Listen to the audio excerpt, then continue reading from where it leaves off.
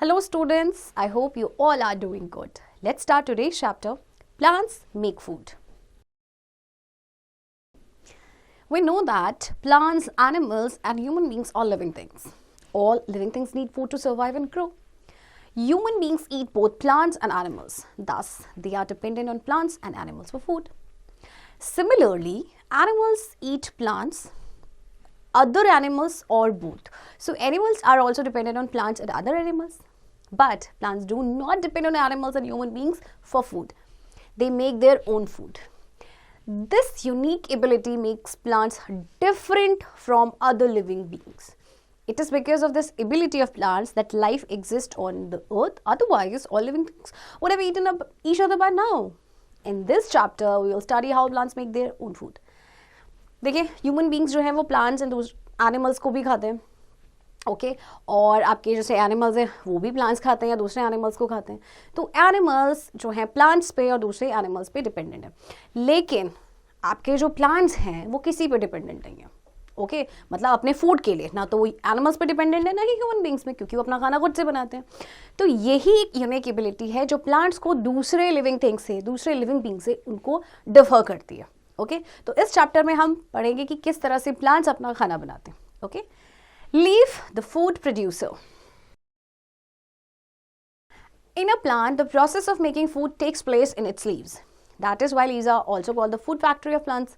You already know that different plants have different leaves or different shapes and sizes. देखिए leaves को food factory of plants कहा जाता है ये आपने previous class में भी पढ़ा होगा क्योंकि leaves का जो main function होता है वो food बनाना होता है ओके इसीलिए इनको किचन ऑफ द प्लांट या food factory of the plants कहा जाता है अब देखिए जो लीव्स है आपकी वो सेम शेप और साइज की तो होती नहीं है as you can see in the picture ये डिफरेंट होती हैं right Structure of a leaf. Observe a leaf carefully. You see the leaf attached to the stem of a plant with a very thin stick-like part called the leaf stalk or petiole. The white flat part of the leaf is called the leaf blade or lamina. See, अगर आप इसको structure देखेंगे देखिए ये leaf है आपका ये flat broad part जो है इसे हम कहते हैं लेमिना या फिर leaf blade okay and this is the stalk okay stalk बोलेंगे या फिर इसे कहते हैं हम petiole okay as you can see in the picture if you look at the lower surface of the leaf you will see a main vein running along the center of the leaf it is called the midrib the midrib has a number of side veins okay अब इसमें आता है एक आपका midrib और mid vein okay और इसके बाद आपके इसमें side veins होते हैं अगर आप केयरफुली स्ट्रक्चर को देखेंगे ना लीफ का तो आपको ये सिमिलर स्ट्रक्चर मिलेगा right the leaf looks very thin but do you know it is made up of countless layers of small and thin cells these flat cells are arranged one above the other some of these cells are green because they contain a green substance called chlorophyll leaves appear green because of the presence of chlorophyll in them if you turn a leaf over and put it under a microscope, you will see many tiny pores in it. They are known as stomata. One such pore is called stoma. Plants breathe through these stomata. Okay. जब आप leaf आपको बहुत ही thin नजर आती है लेकिन जब आपको पता है कि ये बहुत सारे काउंटलेस नंबर ऑफ स्मॉल और थिन सेल से बने हैं ओके तो कुछ इनमें सेल्स होते हैं जो ग्रीन कलर के होते हैं और उन वो ग्रीन कलर इसलिए होता है उनका बिकॉज उनमें एक पिगमेंट पाया जाता है which is known as chlorophyll जो लीव्स को ग्रीन कलर देता है ओके और लीफ के सरफेस पे अगर आप माइक्रोस्कोप के अंदर देखेंगे तो छोटे छोटे पोर्स होते हैं जिन्हें हम कहते हैं स्टोमेटा ओके एक पोर को कहा जाता है स्टोमा एंड उसका प्लूरल होता है स्टोमेटा तो प्लांट्स जो है ब्रीथ करते हैं स्टोमेटा के through okay functions of a leaf there are three main functions of a leaf number one it helps the plant to breathe through its stomata like all other living things plants breathe in oxygen and breathe out carbon dioxide continuously number two you know that the roots of a plant absorb water from the soil sometimes they absorb extra water plants release this excess water into the air through their stomata it is called transpiration 3 but the most important function of a leaf is to make food for plant green leaves make food in the presence of air water and sunlight this process is called photosynthesis. अब main functions क्या है leaf के? सबसे पहले तो देखिए, क्योंकि leaf में स्टोमेटा होते हैं, तो जो प्लांट्स है स्टोमेटा के थ्रू ब्रीथ करते हैं। ओके, मतलब जो गैशियस एक्सचेंज होता है। अब जैसे जैसे जितने भी लिविंग बींग्स होते हैं वो क्या करते हैं? ब्रीथ इन करते हैं ऑक्सीजन को एंड एक्सेल करते हैं कार्बन डाइऑक्साइड को। आपको मालूम है प्लांट्स भी ब्रीथ इन करते हैं ऑक्सीजन को एंड कार्बन डाइऑक्साइड को एक्सेल करते हैं। ओके, अब देखिए जो रूट होते हैं प्लांट्स के, वो वाटर को एब्जॉर्ब करते हैं सॉइल से। कई बार ये एक्स्ट्रा वाटर एब्जॉर्ब कर लेते हैं। अब ये एक्स्ट्रा वाटर का क्या होता है? तो ये जो लीव्स होती हैं उस एक्स्ट्रा वाटर को रिलीज कर देते हैं। उस प्रोसेस को कहा जाता है ट्रांसपिरेशन। एंड सबसे इंपॉर्टेंट फंक्शन जो लीव्स का है वो है खाना प्रिपेयर करना through the process of photosynthesis, right? Now what is photosynthesis?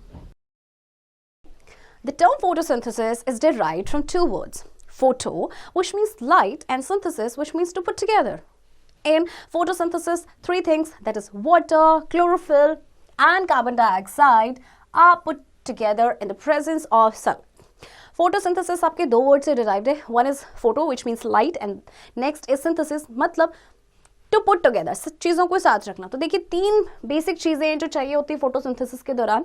Okay, and इसके अलावा there should be presence of sunlight. Okay, first of all water is absorb from the soil by roots. This water rises up through the stem. The leaf stalks are attached to the stem, so the water reaches the leaves passing through leaf stalks, midribs, and various side veins. The air containing carbon dioxide enters the leaf through tiny stomata. Now the chlorophyll present inside the leaf absorbs energy from the sunlight. Then the chlorophyll takes water and carbon dioxide and using the energy turns them into food in the form of glucose or starch. The oxygen is released. अब सबसे पहले water आपका absorb होता है soil से, वो करते हैं रूट्स, फिर ये स्टेम के थ्रू आपका वाटर राइज अप होता है। अब क्योंकि जो लीफ स्टॉक्स होती हैं आपकी वो स्टेम के साथ अटैच होती हैं, तो वाटर जो है it passes to leaves. Okay, मतलब लीव स्टॉक से होते हुए लीव्स तक, लीव स्टॉक से होते हुए लीव्स तक जाता है वाटर। देन आपके मिड रिब्स एंड बहुत सारे साइड वेन्स है। अब एयर में आपका कार्बन डाइऑक्साइड होता है, वो लीफ में एंटर करेगा स्टोमेटा के थ्रू। ओके, अब क्लोरोफिल का क्या फंक्शन होता है? एक्चुअली ये सनलाइट को ट्रैप करता है, अब्जॉर्ब करता है। ओके, और उसके बाद आपका जो क्लोरोफिल है वाटर, कार्बन डाइऑक्साइड और आपका जो सोलर एनर्जी है उसको लेता है एंड देन आपका फूड बनता है ग्लूकोज या स्टार्च के फॉर्म में, और उसके बाद ऑक्सीजन गैस आपकी रिलीज होती है, राइट? चलिए देखते हैं एक्टिविटी 1 में क्या है आपका task. To task that only green leaves can prepare food. हमें ये प्रूव करना है कि सिर्फ और सिर्फ ग्रीन लीव्स ही खाना प्रिपेयर कर सकते हैं। Okay, so method step 1, take a coleus leaf, it has 2 colors on it, draw its outline on a sheet of paper. Step 2, boil the leaf first in water and then in alcohol, bleach it. Step 3, wash the leaf and put few drops of iodine on it. Step 4, the color of green part of the leaf will change into blue-black while the non-green part will remain unchanged. अच्छा देखिए, आपको एक coleus leaf लेना है। इसकी में leaf क्या होता है, इसमें 2 कलर्स होते हैं। ओके, तो आपने इसका आउटलाइन बनाना है शीट ऑफ पेपर में।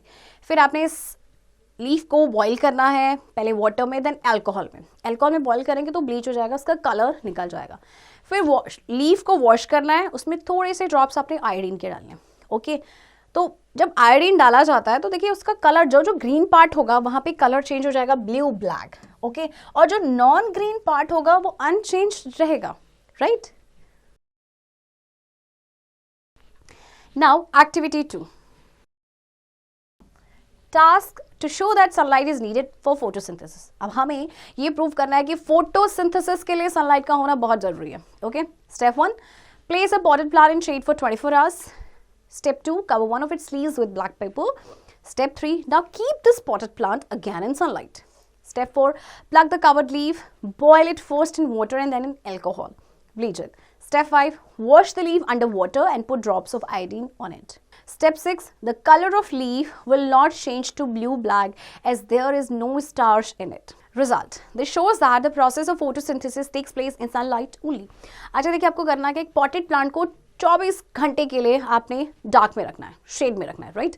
अब आपने उसकी एक लीफ को ना ब्लैक पेपर से कवर कर देना, फिर से आपने वो पॉटेड प्लांट लेना और सनलाइट में रखना है। अब वो जो कवर्ड लीफ थी जिसको आपने कवर किया था कुछ इस तरह से, उसे आप प्लग कर लेंगे।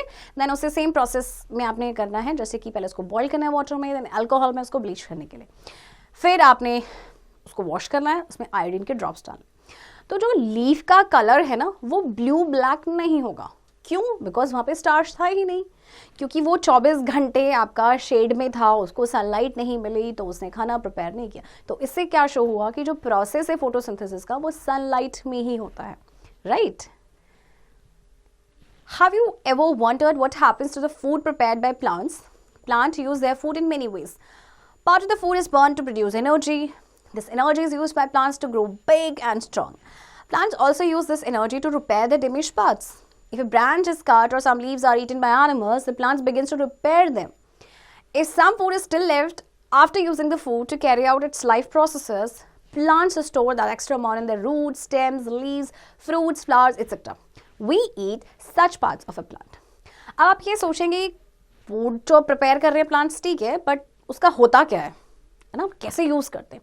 तो एक्चुअली कुछ जो फूड वो प्रिपेयर करते हैं, कुछ पार्ट उसका यूज़ हो जाता है एनर्जी प्रोड्यूस करने के लिए, ओके कुछ वो अपने डैमेज पार्ट को रिपेयर करने के लिए यूज़ करते हैं, ओके फॉर एग्जांपल जैसे ब्रांच को काट दिया या एनिमल्स ने कोई लीव्स खा ली तो प्लांट जो है उसको रिपेयर करना शुरू कर देगा। इसके बाद जो खाना बचता है फिर वो क्या करते हैं कि अपने डिफरेंट पार्ट्स में स्टोर करके रखते हैं, जैसे कि रूट में, स्टेम में, लीव्स में, फ्रूट्स या फ्लावर्स में, और फिर उन पार्ट्स को हम कंज्यूम करते हैं, okay. Activity 3, to test the presence of starch in leaves. Take a leaf of any healthy plant. Step 2, boil the leaf first in water and then in alcohol. Keep the leaf and alcohol in the test tube, bleach it. Step 3, boil the leaf thoroughly. Step 4, wash it under cold water. 5, take the leaf in a dish. Step 6, put few drops of iodine on it. Step 7, the color of the leaf will change into blue-black color. Result, this shows that a starch is the food prepared by leaves during photosynthesis. अब आपको देखिए क्या prove करना है, starch का presence leaves में है या नहीं। आप कोई भी हेल्दी प्लांट का एक लीफ लेंगे और फिर आपने उसको बॉईल करना है, पहले वाटर में, फिर अल्कोहल, फिर ठंडे पानी से उसे वॉश करेंगे, उसको हम डिश में रखेंगे और उसमें आयोडीन के कुछ ड्रॉप्स डालेंगे, ओके। तो जो कलर है उसका ब्लू ब्लैक चेंज हो जाएगा, ओके। तो ब्लू ब्लैक कलर अगर आपको हो गया दैट मीन्स उसमें स्टार्च प्रेजेंट है। इसका मतलब फूड जो है लीव्स ने प्रिपेयर किया है फोटोसिंथेसिस के प्रोसेस के द्वारा, right. Food making process in some unusual plants. अच्छा, कुछ अनयूजुअल प्लांट्स होते हैं, राइट तो उनमें देखिए क्या होता है food making process. A cactus grows in a very dry area, its leaves are reduced to spines. In a cactus, food is prepared in its green fleshy stem that contains water and chlorophyll. Molds and mushrooms are non-green plants, they do not have chlorophyll. अच्छा, cactus आपको पता है कि desert में grow करता है, okay तो उसकी जो लीव्स हैं वो आपकी स्पाइन्स में यानी कांटों में रिड्यूस हो जाती हैं। तो अब उसके पास लीव्स नहीं है तो खाना कहाँ बनाएगा? इसका खाना बनता है, इसकी स्टेम काफ़ी फ्लैशी होती है, ग्रीन कलर की होती है, तो ये यहाँ पे खाना बनाते हैं, ओके। मोल्ड्स एंड मशरूम की बात करें तो मोल्ड्स एंड मशरूम ये नॉन ग्रीन प्लांट्स होते हैं, ओके। नॉन ग्रीन प्लांट्स, इनमें क्लोरोफिल नहीं होता है। They grow on dead and decaying plants and animals and on stale food. They get their food from whatever they grow on. तो ये क्या करते हैं कि ये ग्रो करते हैं डेड या कोई भी डीकिंग प्लांट्स एंड एनिमल्स है ना, या कोई आपका स्टेल फूड यानी कि बासी फूड वहाँ से, और फिर अपना ये खाना वहाँ से डराइव करते हैं, okay. The leaves of some plants like the croton appear dark red. The leaves also contain chlorophyll, but a red substance in it hides the chlorophyll. They need a lesser amount of sunlight which makes them good indoor plants. अब croton जो plant है इसमें क्या होता है कि ये dark, आपको इनका कलर ना डार्क होता है, काफ़ी डार्क रेड। तो इनकी लीव्स में भी क्लोरोफिल होता है, बट जो रेड कलर का जो पिगमेंट होता है वो इतना ज़्यादा होता है कि वो क्लोरोफिल को हाइड कर देता है, ओके। तो इनको लेसर अमाउंट ऑफ सनलाइट की ज़रूरत होती है, इसीलिए ये आपके इंडोर प्लांट्स होते हैं। Some plants even eat insects for the complete nourishment. The Venus flytrap and the pitcher plant are such plants. They grow in soil that is poor in minerals, so they catch insects, worms, etc. and eat them. Such plants are called insectivorous or carnivorous plants. अच्छा, आपको पता है कुछ plants ऐसे भी हैं जो insects को खाते हैं, जैसे कि आपका है Venus flytrap and pitcher plant. Actually जिस सॉइल में ग्रो करते हैं वो थोड़ी सी न्यूट्रिएंट डिफिशिएंट होती है, ओके तो अपनी न्यूट्रिशन को फुलफिल करने के लिए ये क्या करते हैं, वर्म्स या इंसेक्ट्स इनको खाते हैं, ओके तो उन्हें कहा जाता है इंसेक्टिवोरस या फिर इन्हें कार्निवोरस प्लांट्स भी कहा जाता है, okay the flow of energy. All living things need energy to stay alive and do various activities. From where do they get this energy? The chief source of energy is the sun.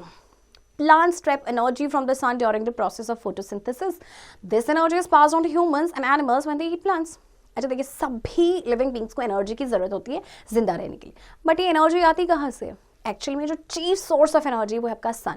Plant सन की light को trap करते हैं, खाना बनाते हैं photosynthesis के process के दौरान, फिर ये जो एनर्जी है पास ऑन होती है प्लांट्स में. आपके प्लांट्स को जब ह्यूमंस खाते हैं या एनिमल्स खाते हैं उनमें ये पास ऑन हो जाती है, okay. Next, interdependence of living things. Animals, plants and human beings are dependent on each other in many ways. We have seen that all animals and humans directly or indirectly depend on plants for food. Plants also depend on animals and humans for nourishment. When animals and plants die, their bodies decay and mix with soil. It provides useful minerals to the soil. Living plants then absorb these minerals through their roots. Similarly, during photosynthesis, plants give out oxygen which humans and animals need for breathing. Animals and humans in return give out carbon dioxide which plants need for photosynthesis. अब देखिए, animal, plants and human beings एक दूसरे पे dependent है बहुत सारे तरीके से. देखिए जैसे कि एनिमल्स और आपके ह्यूमंस जो डायरेक्टली और इनडायरेक्टली प्लांट्स पे डिपेंडेंट होते हैं अपने फूड के लिए, ओके. अब प्लांट्स जो हैं वो भी तो एनिमल्स एंड ह्यूमंस पे डिपेंडेंट है, ओके अपने नरिशमेंट के लिए, क्योंकि जब एनिमल्स या प्लांट्स आपके डाई होते हैं तो उनकी बॉडी डीके हो जाती है, सॉइल के साथ मिक्स होती है और फिर इसमें यूजफुल मिनरल आपके सॉइल में ऐड ऑन हो जाते हैं, ओके. इसके अलावा फोटोसिंथेसिस के दौरान प्लांट्स जैसे आपके ऑक्सीजन गिव आउट करते हैं जिसको ह्यूमंस और एनिमल्स ब्रीदिंग के लिए लेते हैं, ओके. और बदले में जो एनिमल्स एंड ह्यूमन बींग्स है वो कार्बन डाइऑक्साइड प्रोवाइड करते हैं प्लांट्स को, जो उनको फोटोसिंथेसिस के प्रोसेस के लिए ज़रूरी है, right. Besides food, plants also give many useful things to humans and provide shelter to many animals. Animals and humans in turn help in spreading seeds of plants, thereby increasing their number. अब food के अलावा plant जो हैं humans को बहुत सारी चीज़ें provide करते हैं, जैसे शेल्टर प्रोवाइड करते हैं बहुत सारे एनिमल्स को, ओके. और एनिमल्स एंड ह्यूमंस जो हैं फिर जैसे सीड के डिस्पोजल में हेल्प करते हैं जिससे कि प्लांट्स का जो नंबर है वो इंक्रीज होता है, okay. So students, I hope आपको ये चैप्टर समझ आया होगा एंड इस चैप्टर की प्रैक्टिस अब आप खुद से करेंगे.